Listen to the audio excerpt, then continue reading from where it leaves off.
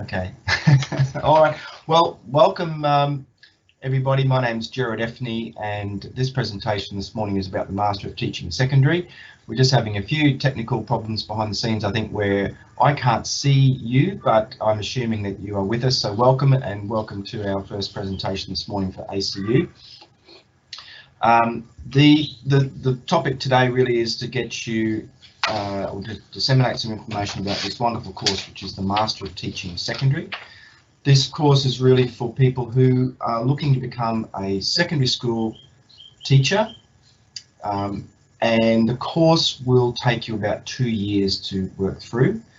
You can do it over a longer time period if you wish, if you want to study part-time, or you can even accelerate it and do it quicker over about 18 months if that was to suit you as well.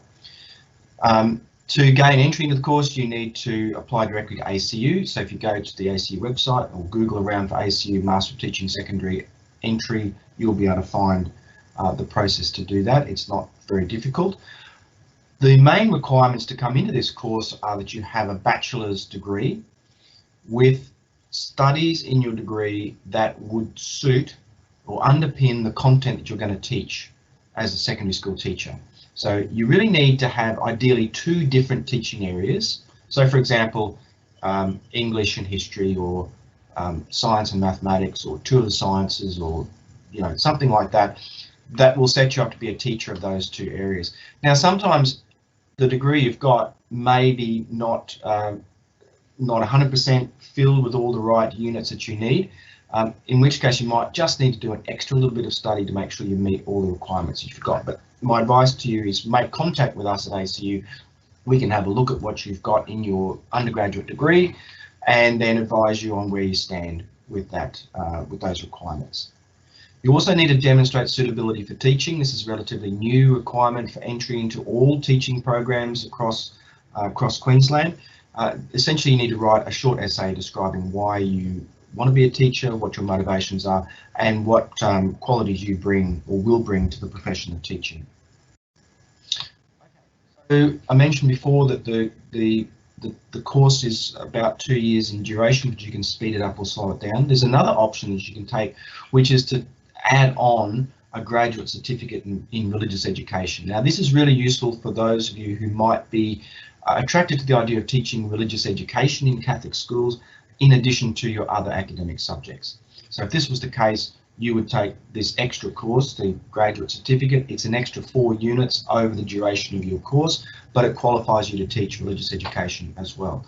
Now you don't need to take this, and you don't need to have the graduate diploma in religious education in order to teach in a Catholic school, but you do need to have this qualification if you want to teach religious education in a Catholic school.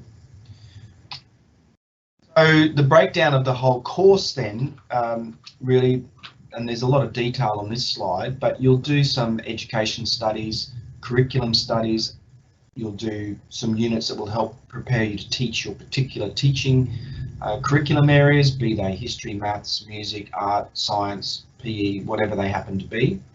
We assume that you'll come into the course with the required content knowledge, so we're not trying to teach you about mathematics or history or art or science.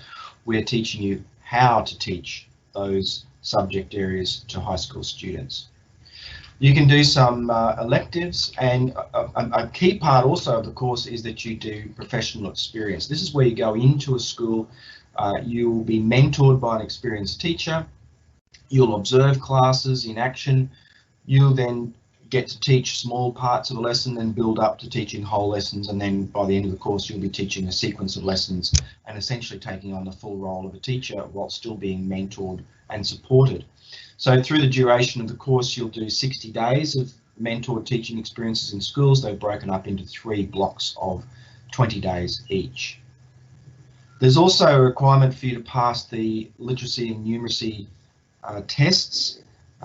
These are called the Lantite tests, essentially to show that you've got a reasonable level of literacy and numeracy skills as a graduating teacher, and that's a federal government requirement. I spoke about the Master of Teaching with the Graduate Certificate in Religious Education a moment ago. The course structure for that is exactly the same. It's just that you've got an extra 40 credit points or 4 units in religious education and theological studies, really to just give you a foundation for teaching religious education in schools. About a half to 1/3 of students who come through the program at ACU in Brisbane would do the dual degree. So a lot of people start with the dual degree and see if they like it and if it's something that is working for them, and then later on they can decide. You can drop back to the single degree if you like. So I've been talking about what sorts of units and things you would be studying in the course. So here's another list of these things.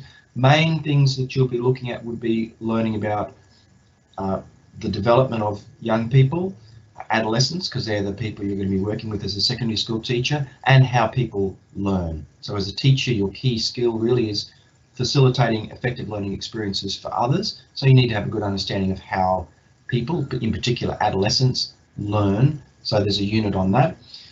You need to be an effective teacher, obviously, so we'll get you up to speed with the basics of good teaching practice and professional programs and requirements and things that you need to be across in that area. Classroom management is obviously a critical part of your teaching repertoire, and so there's a good unit there on fostering positive behaviour in classrooms and how to deal with potentially unusual circumstances in classrooms that you'll need to be working through. Cultural contexts of education, so how to work with students from a range of diverse backgrounds really, and catering for the inclusive classroom, similar sorts of things in that. Now the teaching areas that we have to choose from that are there on the list. Now you can't just sort of come in and pick and choose the ones that you'd like to teach. It has to be based on what your undergraduate degree sets you up for. So you can see the whole list there. We cover everything from English through to music, the business, economics, accounting, all the sciences, drama, music. So we've got quite a broad range of teaching areas available. Some teaching areas are more in demand than others. So obviously mathematics, science, physics, these are the ones that we really can't get enough teachers of at the moment. Others tend to vary in their demand in schools, and it's really hard to predict how that works out. Sometimes we have a big demand for music teachers or language teachers one year for no obvious explanation, and then other years we have a big demand for history teachers. So we can't really predict, but teaching is still an in-demand job, and so all of our graduates really find employment very, very quickly. Here's a sample course map which shows you how the units are spread out across your 2 years of study. So in semester 1 we begin with some introductory units on human development and learning, effective teaching and professional practice, to really give you the essential core learnings to get you going in the classroom. You start off also by learning about your teaching in your particular subject areas, so we call those curriculum, pedagogy and assessment units, and there's 2 of those. There is no classroom prac in that first semester because this is really about getting you up to speed with being a good teacher first. We don't want to throw you in the deep end, but when you come around for semester 2, you will do 20 days of prac, bound up in this unit, graduate professional practice secondary number 1. So there's your first prac unit.